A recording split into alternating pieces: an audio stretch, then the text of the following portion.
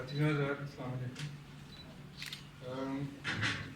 آصف خان صاحب نے کافی سوال رکھے تو میں ان کی ساروں کی ڈیٹیلز میں تو نہیں جا سکتا. میں صرف یہ جو ان کا تھا کہ کلچر کوئی جامد چیز ہے یا کیا ہے اس سے متعلقہ جتنی باتیں اس پہ تھوڑی سی مختصر سی بات کرنا چاہوں گا.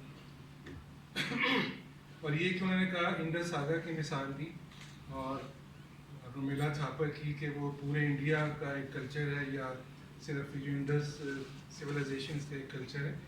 میرا خیال یہ بہت ریلیٹیو سی بات ہے کیونکہ جس جگہ اس وقت بیٹھے ہیں ہم یہ ہماری اپنی میموری کے حساب سے ہم جس کو اس جگہ کلچر کہہ سکتے ہیں زیادہ سے زیادہ 500 سال پرانا کہہ سکتے ہیں. 1000 سال پہلے یہاں ٹوٹلی ڈفرینٹ کلچر تھا.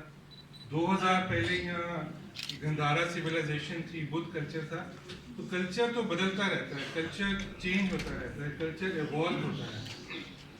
لیکن جو یہاں میں آج تھوڑی سی بات cultural diversity, dialogue and development جو انٹرنیشنل ڈے کی تھیم ہے اس لحاظ سے بات کرنا چاہتا ہوں. اور اس میں میرا یہ کہنا ہے کہ مطلب بہت سے اور لوگ بھی کہتے ہیں, میں ان سے سہمت ہوں کہ کلچر بنیادی طور پر ایوالو ہوتا رہتا ہے اور اس کے انٹرنلی اور ایکسٹرنلی مختلف عوامل ہیں جو اس کی تبدیلی میں یا اس کے پرزرویشن میں ایفیکٹ ڈالتے ہیں.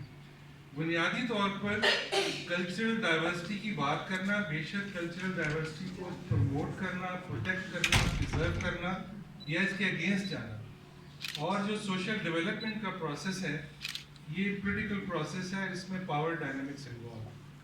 کسی بھی لیول پر, کسی بھی سطح پر, چاہے یہ آپ کے گھر کا کلچر ہو, محلے کا ہو, آپ کے شہر کا ہو, آپ کے ملک کا ہو, آپ کے ریجن کا ہو, ساؤتھ ایشیا کا ہو یا انٹرنیشنل ہو, مختلف قوتیں اس میں کار فرما ہوتی ہیں اور وہ اپنے حساب سے اپنا ایجنڈا اس کو ترتیب دیتی ہیں.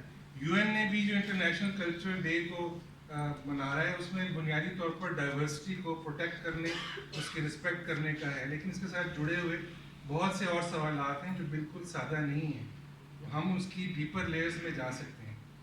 کلچر جیسا کہ آپ سب جانتے ہی ہوں گے تھوڑا سا, لیکن اس کو ریپیٹ کرنا ضروری ہے کیونکہ آج تک ہم سمجھتے ہیں کہ شاید کوئی خاص ٹوپی پہن لینا کلچر ہے یا کوئی چادر لٹکا لینا وہ کلچر ہے. کلچر اس سے بہت وسیع معلوم ہے. یہ ہمارے نالج سسٹم, ہمارے بلیف سسٹمز, ہمارے انسٹیٹیوشنز, ہماری شاعری, ہماری موسیقی, ہمارے رہن سہن کے طریقے, ان سب سے ڈیفائن ہوتا ہے. اور یہ کسی خاص ریجن سے بھی ہو سکتا ہے اور ایک بڑے لیول پر ہم اس کو مطلب ریجنل اور بڑے لیول پر بھی لے سکتے ہیں. اس کی آپ کی جو ہماری انٹرنل جو ڈائنامکس ہے اس لحاظ سے ایوالو ہوتا ہے. اس کے اندر تبدیلیاں انٹرنلی بھی آ سکتی ہیں, ایکسٹرنلی بھی آ سکتی ہیں. لوگوں کے طریقہ ہے زندگی بدلتے ہیں, ٹیکنالوجیز بدلتی ہیں, موڈ آف پروڈکشنز بدلتے ہیں, ان کے انٹرسٹ بدلتے ہیں, ان کا انٹریکشن بدلتا ہے. تو اس لحاظ سے بھی وہ اپنے کلچر کو بدلنا چاہتے ہیں یا اس کو اسی طرح رکھنا چاہ سکتے ہیں. اسی طرح ایکسٹرنل فورسز بھی اس پہ اثر انداز ہوتی ہیں. یہ پولیٹیکل کیوں ہے, میں اس کو تھوڑا سا زیادہ واضح کروں گا کہ اس کے لوگوں کے انٹرسٹ جو ہیں کسی کلچر کی کسی خاص چیز کو برقرار رکھنے میں یا اس کو تباہ کرنے میں مطلب اس میں شامل ہوتے ہیں. ایک مثال سے میں شروع کروں گا, مجھے پلیز بتا دیجیے اگر ٹائم زیادہ ہو, میں 10 منٹ سے زیادہ نہیں دینا چاہ رہا, 10-12 منٹ. تو وہ مثال دینا چاہوں گا کہ میں نے 2005 میں ہم ایک پروجیکٹ پہ کام کر رہے تھے, کالاش انڈیجنس سروائیول پروگرام. میں یہ مثال اس لیے دے رہا ہوں کہ کالاش کا جو لوگ ہیں وہ 3-4 ہزار اس وقت تھے, اب تو شاید اس سے بھی کم ہو گئے. اور ایک بڑی یونیک سی وہ ہے کہ وہ ایک بڑے فار آف جگہ پہ لوکیٹڈ ہیں. انلیس ادر مائنورٹیز, فرض کیجیے پاکستان میں مذہب کے نام پہ کرسچن یا ہندو مائنورٹیز ہیں, تو دنیا کے اور ریجنز میں ان کے بہت سارے لوگ ان کے کلچرل مفادات کے تحفظ کے لیے موجود ہیں کیونکہ بہت آبادی ہے ان کی. یہ لوگ بالکل ایک آئسولیٹڈ سے جگہ پہ رہتے ہیں. تو گورنمنٹ آف پاکستان وہ چاہ رہی تھی کہ کالاش انڈیجنس سروائیول پروگرام بنایا جائے. ہم اس میں اس ٹیم کو لیڈ کر رہا تھا. 2005 میں ہم وہاں تھے, تو اس میں بہت ساری چیزیں ہمیں اس کے علاوہ کی جو ہم نے کام کیا دیکھنے کو ملی. اس میں ڈفرینٹ انٹرسٹ گروپس انوالو تھے. جیسے اسٹیٹ آف پاکستان, ایک تو ہمیں یہ بہت شوق ہے ہماری حکومت کو کہ لوگوں کے اپنے حالات بے شک بدلیں یا نہ بدلیں لیکن دنیا میں ان کا امیج اچھا جانا چاہیے، خاص طور پر ہمسایہ ممالک میں اور ویسٹ میں. وہ پاکستان کا ایک سافٹ امیج ڈیولپ کرنے کے لیے وہ چاہ رہے تھے کہ جو کلاش اور ان کی جو کلچرل ہیریٹیج ہے، ان کی جو عبادت گاہیں ہیں، ان کو محفوظ کیا جائے اور تصویروں میں دکھایا جائے کہ وہ مطلب پاکستان تو بڑا رواداری والا ملک ہے، یہاں تو ہر بندہ جو ہے. اچھا، دوسرا اس میں ہم نے بھی بڑا دیکھا کہ ان کی تصویریں جو آتی تھیں ٹورزم ڈپارٹمنٹ کی، اس میں ایک عورت دکھاتے تھے کالاش عورت جس نے بڑا اپنی کلرفل سا ڈریس پہنا ہوتا تھا، ٹوپی پہنی ہوتی تھی، ساتھ ایک پرندے کا پر لگایا ہوتا تھا.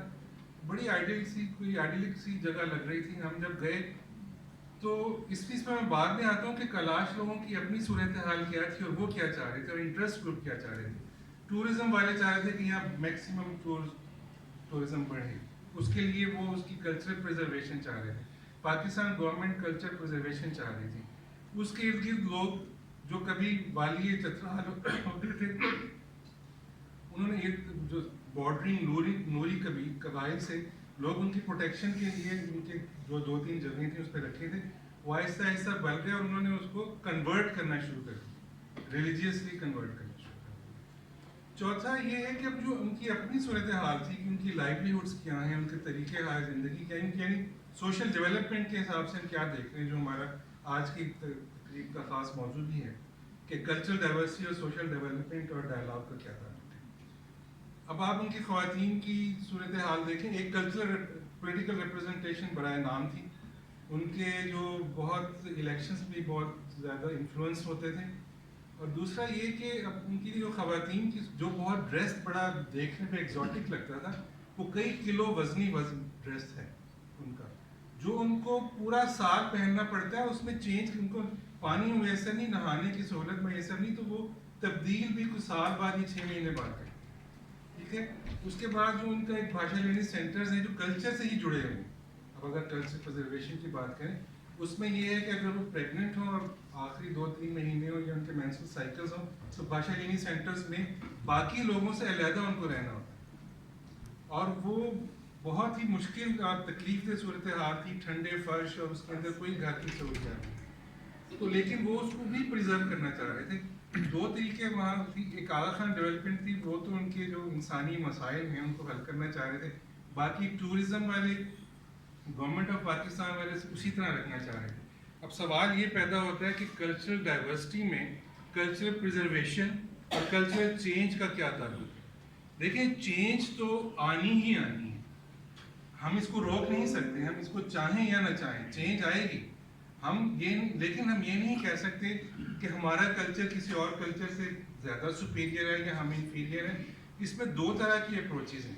ایک تو ہم اس کو ایتھنو سینٹرسزم بولتے ہیں کہ ہمارا کلچر، ہم دوسروں کے کلچرز کو اپنے پرسپیکٹو سے دیکھتے ہیں. یعنی ویسٹ اگر ہمیں دیکھے گا تو وہی کہے گا کہ ان کو ہاتھ سے کھاتے ہیں، چمچے سے نہیں کھاتے، تو یہ شاید انفیریئر کلچر ہے. ہمارے لوگ ہو سکتا ہے ان کو اپنے سے دیکھیں کہ یہ تو بڑے بے شرم اور بے حیا سے لوگ ہیں، ان کے اندر تو کوئی ویلیوز نہیں ہے، ان کی عورتیں پردہ نہیں کرتی. سو یہ طریقہ کار بھی غلط ہے. اس کے اگینسٹ جو خاص طور پر کلچرل ڈائیورسٹی کے ساتھ ہے وہ کلچرل ریلیٹیوزم ہے کہ ہر کلچر اپنے آپ کو اپنے اندر سے دیکھے اور اپنے سوشل جو ویلیوز ہیں اس کے حساب سے جسٹیفائی کرے. یہ کسی حد تک بہت اچھا لگتا ہے لیکن ایک حد تک نہیں بھی ہے. وہ اس لیے کہ اس طرح ہم کسی بھی دنیا بدلتی ہے، پیداوار کے ذرائع بدلتے ہیں، ہمارا انٹریکشن بدلتا ہے، ہمیں زیادہ سہولتوں والی چیزیں میسر آتی ہیں. اگر ہم اس حساب سے نہیں بدلیں گے تو ہمارے لوگ سفر کریں گے. میں نے ابھی جو کالاش کی مثال دی، اگر آپ بھاشا لینی سینٹرز کی روایت نہیں بدلیں گے تو ان کی عورتیں جو صدیوں سے اس ڈسکریمنیشن کا شکار ہیں مسلسل رہیں گی. ہمارے ہیومن رائٹس کے جو بہت سے سوال ہیں، جینڈر ایکویلٹی کا سوال ہے، چائلڈ رائٹس کا سوال ہے، اگر ہم ان کو کلچر حساب سے رکھیں گے تو ہم یہ ناانصافی برداشت کرتے رہیں گے.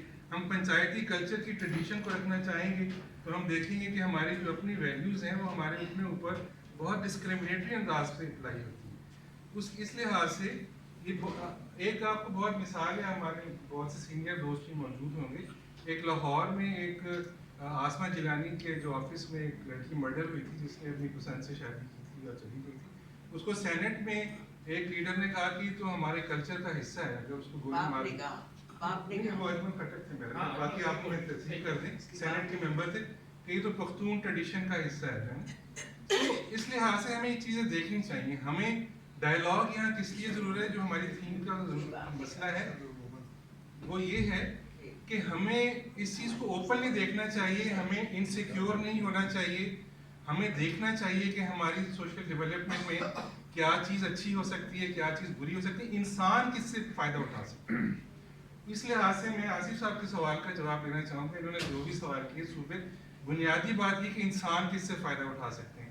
اگر کوئی کم صوبہ کرنے سے اس کی جو گورننس بہتر ہو سکتی ہے تو وائی ناٹ، لیکن اگر اس کو کسی اور مقصد کے استعمال کے لیے کر رہے ہیں تو اس کے اوپر آپ بات کر سکتے ہیں. کہنا میرا صرف یہ ہے کہ ہمیں نہ یہ سمجھنا چاہیے کہ ہمارا کلچر عظیم ہے یا عظیم نہیں ہے، کوئی دوسرا عظیم ہے. دنیا میں ہم بہت ساری چیزیں لیتے ہیں، ہمارے بچے دنیا بہت دیکھتے ہیں، انٹرنیٹ دیکھتے ہیں، چیزیں دیکھتے ہیں، اور بہت ساری چیزیں میں اچھی ہیں. سائنس جو ہے بے شمار باہری ترقی ہوئی ہے، اس کی ٹیکنالوجی کے فائدے ہم لیتے ہیں، ہمارے کلچر میں وہ چیزیں آئی ہیں.